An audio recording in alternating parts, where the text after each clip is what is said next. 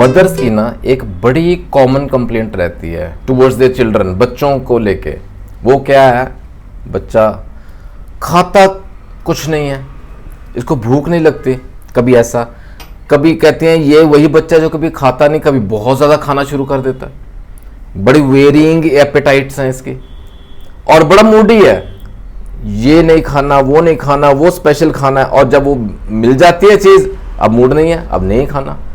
Varying moods, varying appetites.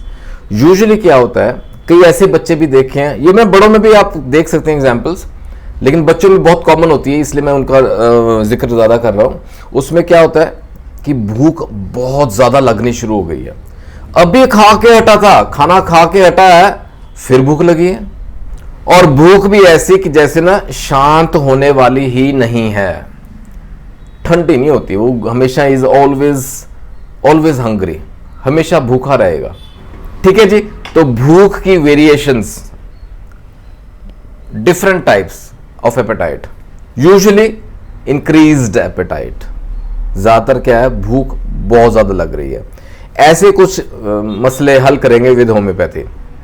आज का छोटा सा वीडियो है, सिंपल सी रेमेडी है, लेकिन बड़ी इंटरेस्टिंग और बड़ी इंपॉर्टेंट होने वाली है। सत श्री अकाल दोस्तों, welcome to Guru Nanak cares. आप सबका दिल से स्वागत है। उम्मीद करता हूं सब खैरियत से होंगे।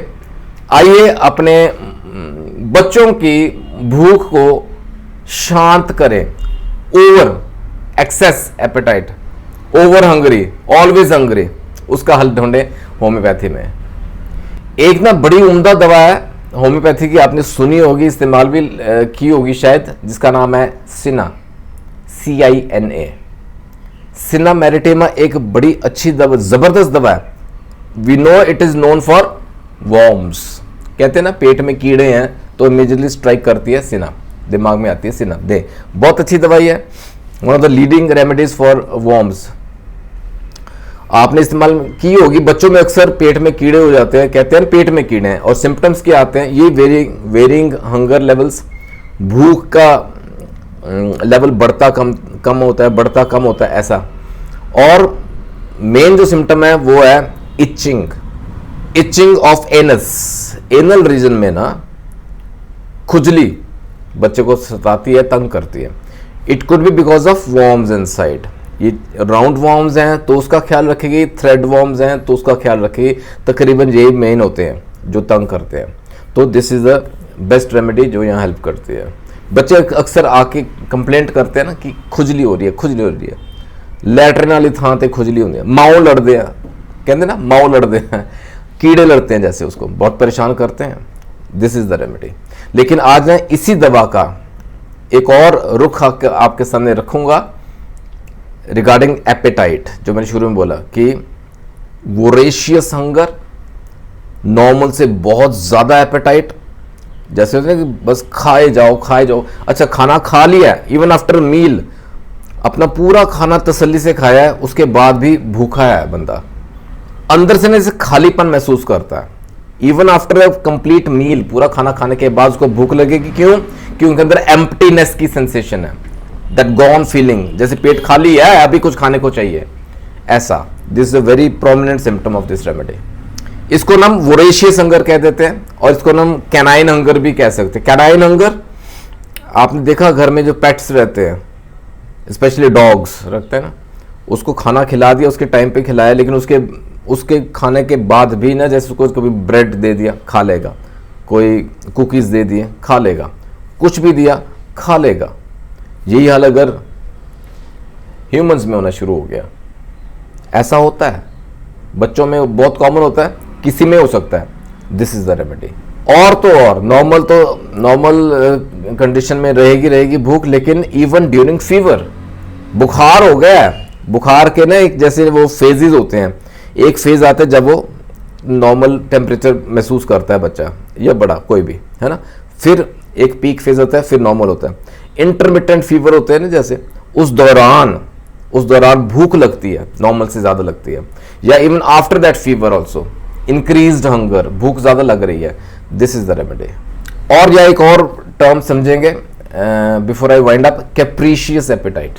कैप्रीशियस एपेटाइट यानी कि अनप्रिडिक्टेबल, कैप्रीशियस ये एक्चुअली माइंड के सिम्टम्स में हमने डिस्कस किया था शायद लास्ट वीडियो में ही। दिस इज अ वर्ड कैप्रीशियस, ये एपेटाइट में भी होता है। अनप्रिडिक्टेबल, मालूम नहीं किस वक्त क्या मांग ले, आधी रात को उठ के बोलेगा कुछ खाने को चाहिए, खाना खा लिया उसके बाद बोलेगा कुछ खाने को चाहिए। अच्छा, eating too much and eating too little, कभी तो बहुत ज्यादा खाएगा, कभी बहुत कम खाना शुरू करेगा। वही ना, अनप्रिडिक्टेबल है, कह ही नहीं सकते, मालूम ही नहीं, कुछ समझ ही नहीं है, कोई फिक्स्ड जैसे ना रूटीन ही नहीं है।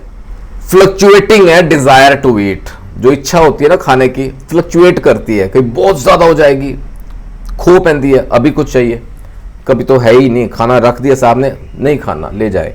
कैप्रीशियस एपेटाइट बोलते हैं, राइट। फ्लक्चुएटिंग रहती है एपेटाइट। और एक और साथ में बड़ा अच्छा सिम्टम है कि बंदे को ना बड़ी सारी चीजें चाहिए खाने को, और बड़ी अलग अलग सी चीजें चाहिए। माएँ परेशान हो जाती हैं बच्चों के अगर जैसे सिम्टम आए तो, है ना, होता है ना, ऐसे कंप्लेंट्स लेके आती हैं जब, इसको ये भी खाने को मांगता है, इसको ये भी खाने को चाहिए, इसको ये भी खाने को चाहिए। Different things and too many things, अलग अलग और बहुत ज्यादा।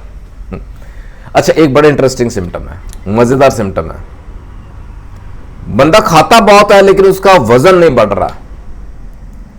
The person Yeats a lot but doesn't gain weight, उसका वजन नहीं बढ़ रहा है ना, मजेदार चीज।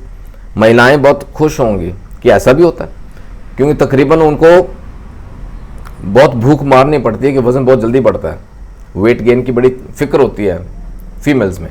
But this is a very unusual and very different kind of a symptom, Cina का सिम्टम है ये। अच्छा, ये तो ये होगी ना एक बात, इसके और एक्सट्रीम में चले जाएं, बच्चों में अक्सर देखने में आता है, वही मैं कह रहा हूं, चिल्ड्रन आर ऑलवेज हंग्री, ठीक है ना, जितना ज्यादा वो खाते हैं ना कई बार उतना ज्यादा उनका वजन बढ़ता नहीं, लेकिन कई बार ना कम होना शुरू हो जाता है। ग्रेटर द हंगर, जितनी ज्यादा भूख है, ग्रेटर इज द इमैसिएशन, उतना वो दुबलापन आना शुरू हो जाएगा। ठीक है जी, ऑपोजिट होना शुरू हो गया। एक तो है कि बहुत ज्यादा खाते हैं, वजन बढ़ नहीं रहा, एक होता है कि वजन बहुत ज्यादा खा रहे हैं, वजन उल्टा कम होना शुरू हो गया, इमैसिएशन होनी शुरू हो गई है। This is the remedy. और एक टर्म रहती है जिसको बोलते हैं हाइपोग्लाइसीमिया। हाइपोग्लाइसीमिया, हाइपरग्लाइसीमिया मालूम है हमको, ये basically this is related to the glucose levels in the blood, खून में शुगर की लेवल कितना है, की मात्रा कितनी है। हाइपो हो गई है यानी कि कम हो गई है, हाइपोग्लाइसीमिया। अब ऐसा जब होता है ना, बंदा आया गया हो जाता है, like there are symptoms like dizziness, lethargic, laziness, tiredness, weakness, शरीर में जैसे जान ही नहीं है, अभी कुछ खाना को चाहिए और उसको ज़रूरत होती है, उसको normal blood glucose levels normal range में लाने के लिए।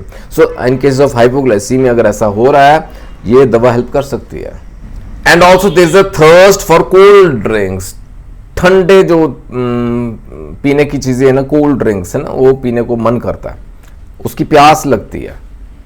सो सिन्ना यहाँ भी हेल्प करती है। तो कुल मिला के आपने देखा, हमारे डाइजेशन को लेके, हमारे एपेटाइट को लेके, rather I would emphasise the word appetite, हमारी भूख को लेके कितने वेरिएशंस आती हैं, और ये बड़े कॉमन दिक्कतें हैं, सिन्ना से इसका हल निकलता है। 30C में स्टार्ट कर सकते हैं, दिन में 2 से 3 बार दें, depending on the severity of the condition, लक्षणों के हिसाब से we can decide the doses. ठीक है जी, 30C से तकरीबन रिजल्ट्स मिल जाते हैं। कोई पुरानी दिक्कत आ रही है या बड़ों में ऐसी दिक्कत आ रही है, we can move on to 200C also, fine. तो ऐसी अगर दिक्कतें हैं घर में, बड़ों में है या बच्चों में है, कॉमनली बच्चों में होती हैं, जहां वो शांति नहीं हो रही, उनकी भूख परेशान करके रखा है माओ को, this is the remedy, this going to help you. उम्मीद करता हूँ इससे आपको फायदा जरूर पहुंचे। दोस्तों जुड़े रहें गुरु नानक केयर्स के साथ, सब्सक्राइब जरूर कीजिएगा, आई गुरु नानक केयर्स के परिवार का हिस्सा बने, hit that bell icon for latest updates. जल्दी मिलेंगे, टेक केयर, गॉड ब्लेस।